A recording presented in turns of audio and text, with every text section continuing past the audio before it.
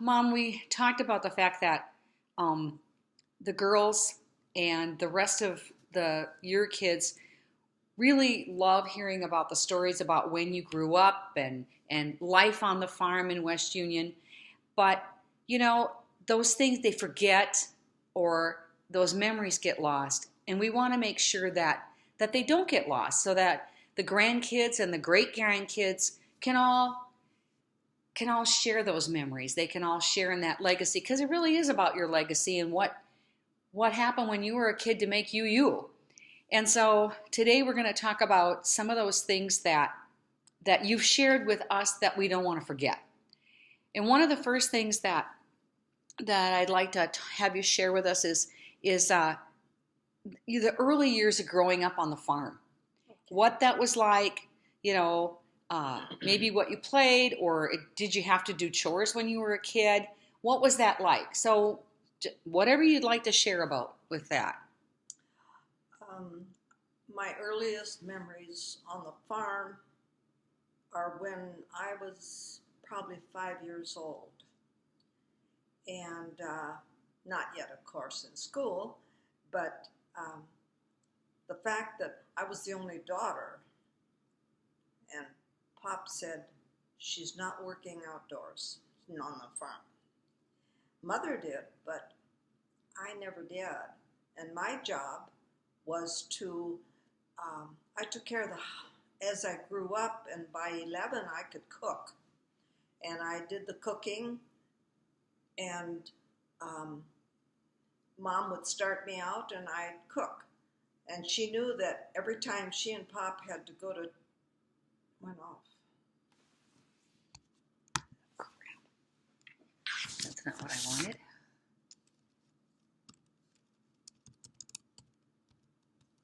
Oh.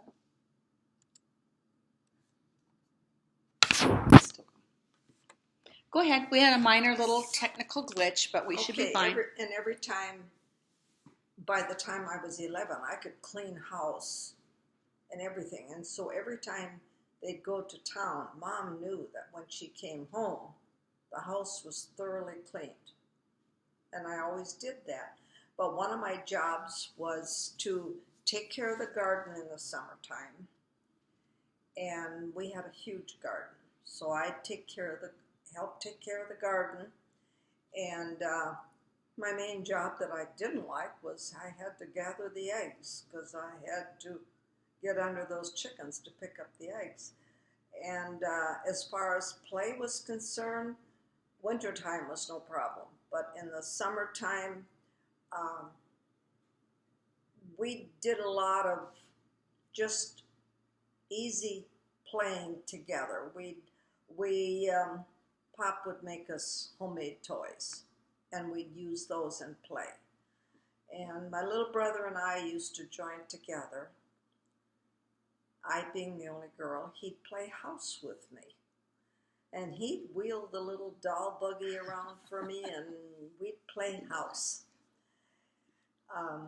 So by the time I was ready for school, I went to country school, which was a 2-mile walk to school. In good weather, that was no problem. And then as winter or fall, late fall moved in and it was cold, but no snow, we still had to walk to school. And Pop would make us a strap to carry our lunch bucket around our body, a body strap, and to carry our lunch buckets, because our hands got so cold. And I, from little on, have been a freezer.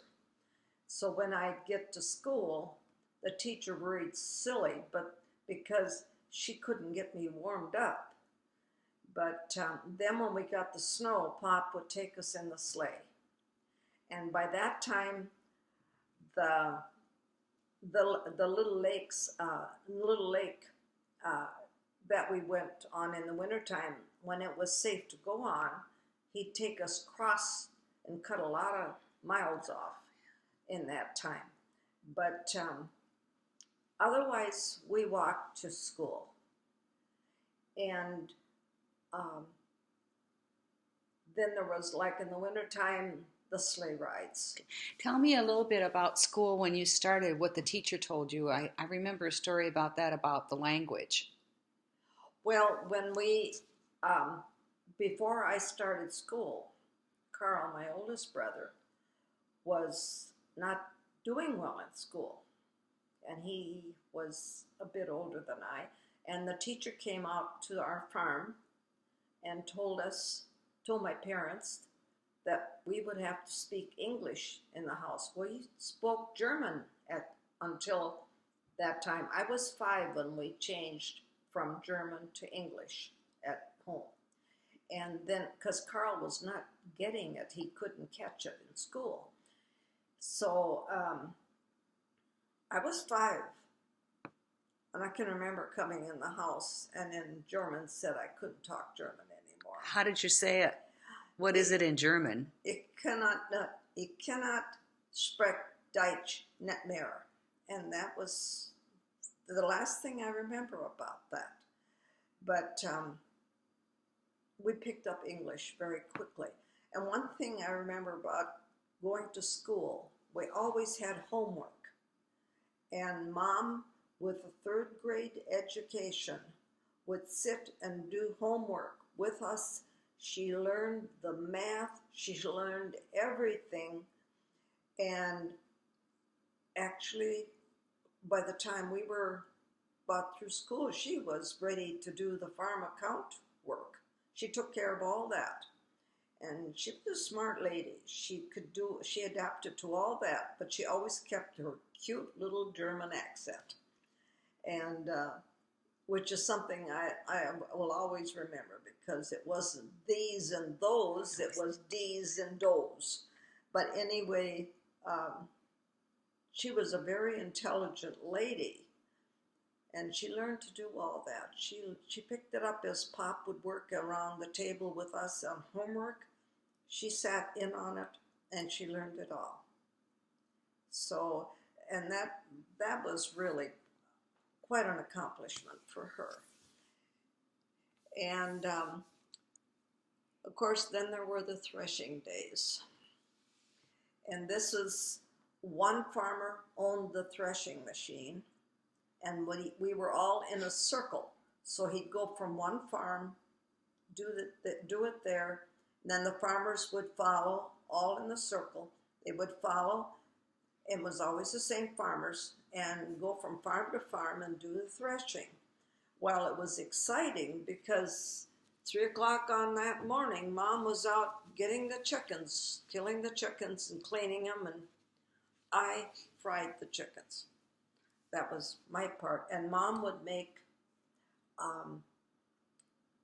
pies like you wouldn't believe. She'd have maybe 10 pies on the one side of the little kitchen.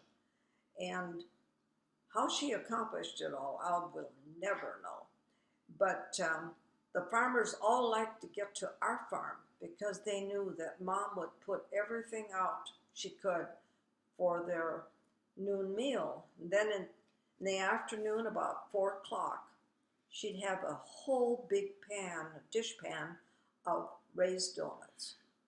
And she was a hard worker, and she'd have that out there and the coffee and set me up at a table with a cloth on it. We always had a tablecloth, even at dinner at noon. And as the farmers would come in with the grain bundles, they'd stop and have their lunch break. Of course, needless to say, they really enjoyed coming to our farm. But it was an exciting, exciting time.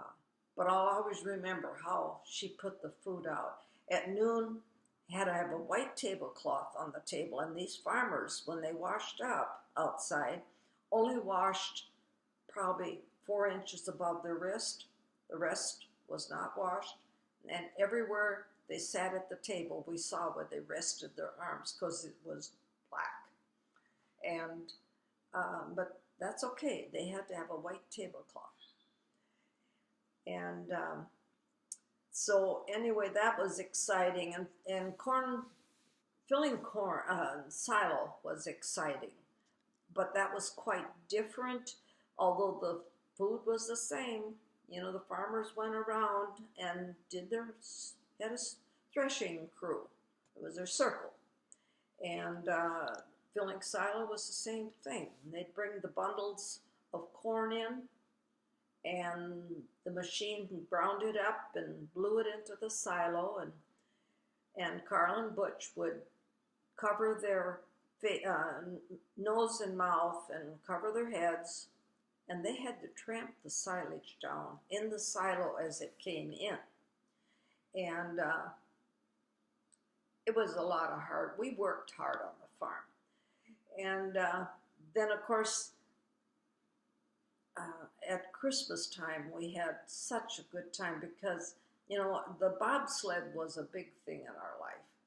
Pop would get on, like when he took us to school, he had a long sheepskin coat, big heavy sheepskin mittens, and a heavy sheepskin cap.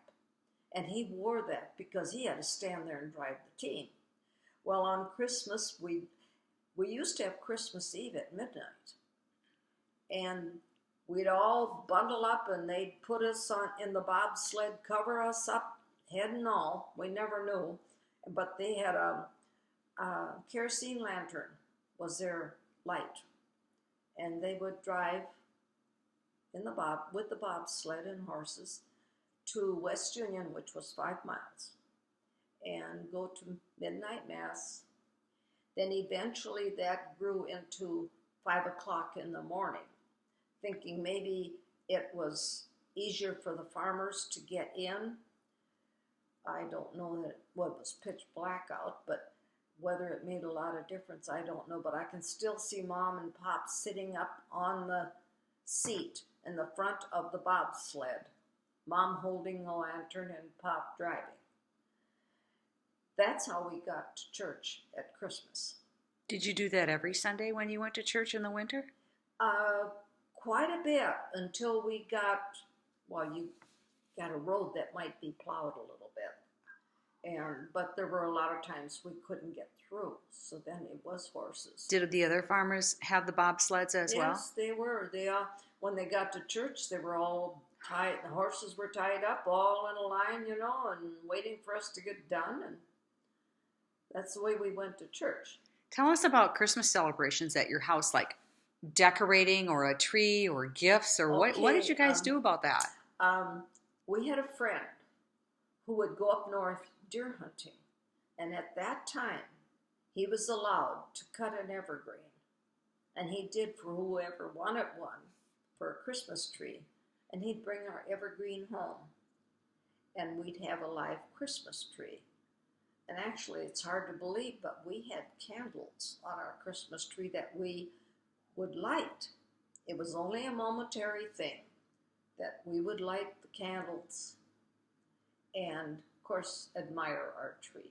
But we always had, for decoration on the tree, it was always mostly candy. And Christmas morning was such a exciting time. Pop would call upstairs and he said, Santa was here. And we'd go roaring downstairs, and everything that we got was on the dining room table. And where we sat to eat, we all had our own places. And so our plate of candy and the toys, we didn't get a lot of toys. A lot of them were made, homemade, or passed down from relatives that outgrew them. Mom managed to fix a doll up for me almost every year. I remember one year they said that the doll was made, the body of the doll was cloth, stuffed. And they kept it down in the basement, not thinking. They had mice, and so she...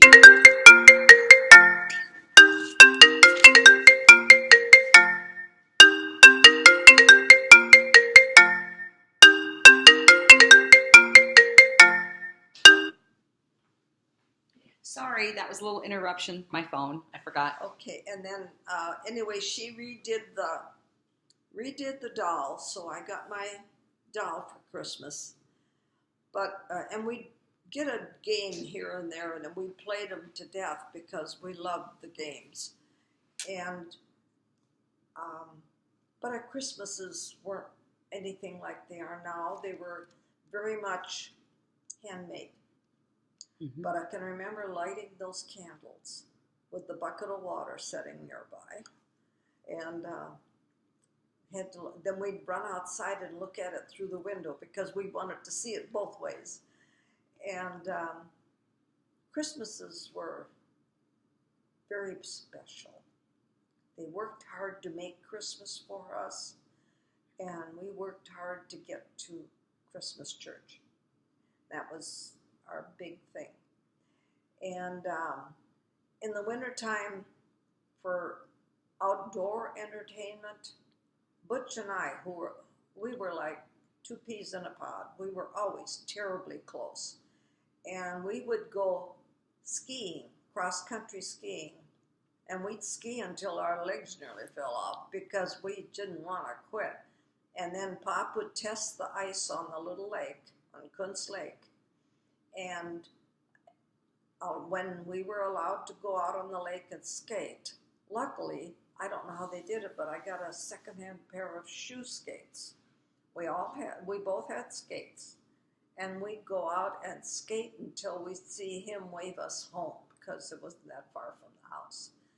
And then a couple winters, Pop had clamp-on skates, ice skates. And sometimes in the wintertime, our backyard around the trees would have water and it would freeze. And he'd go out there and he would clown around on those skates that it was unbelievable.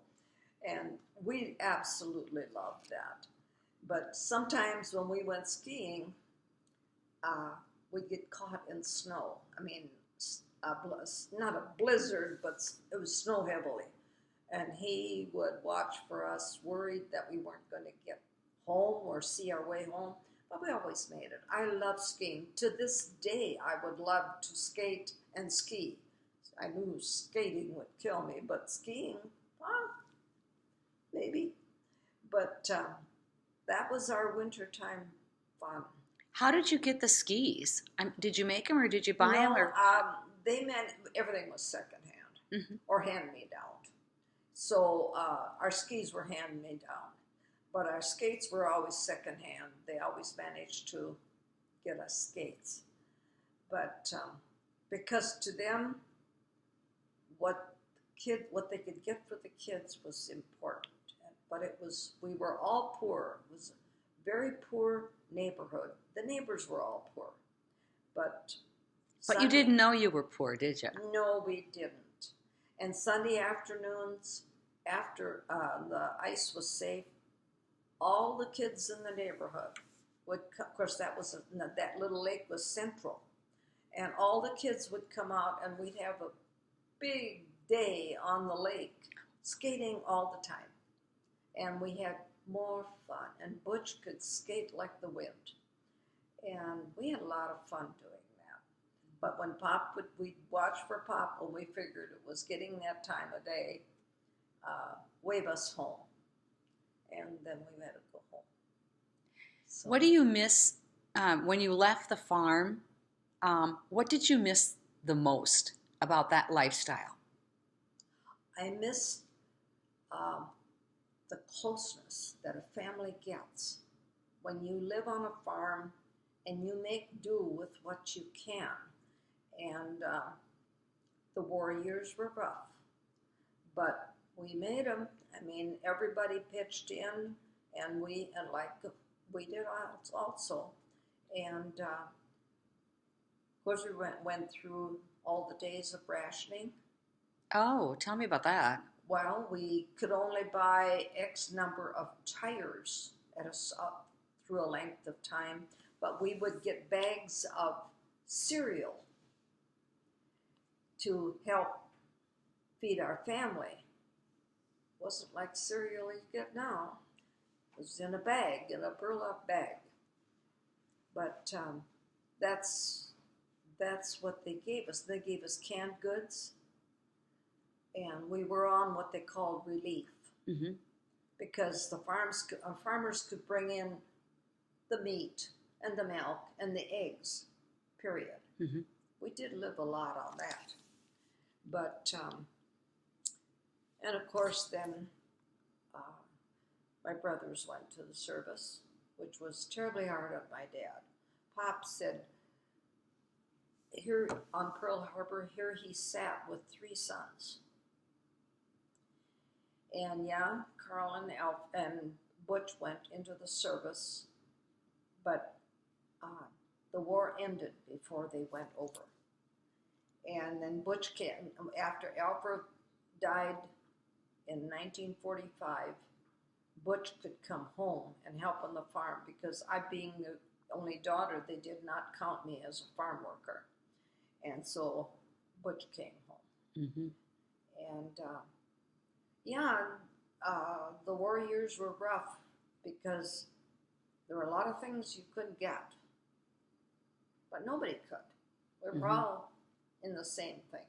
So, but we gladly went through that so that the military could get what they needed to bring this war to an end. Mm-hmm.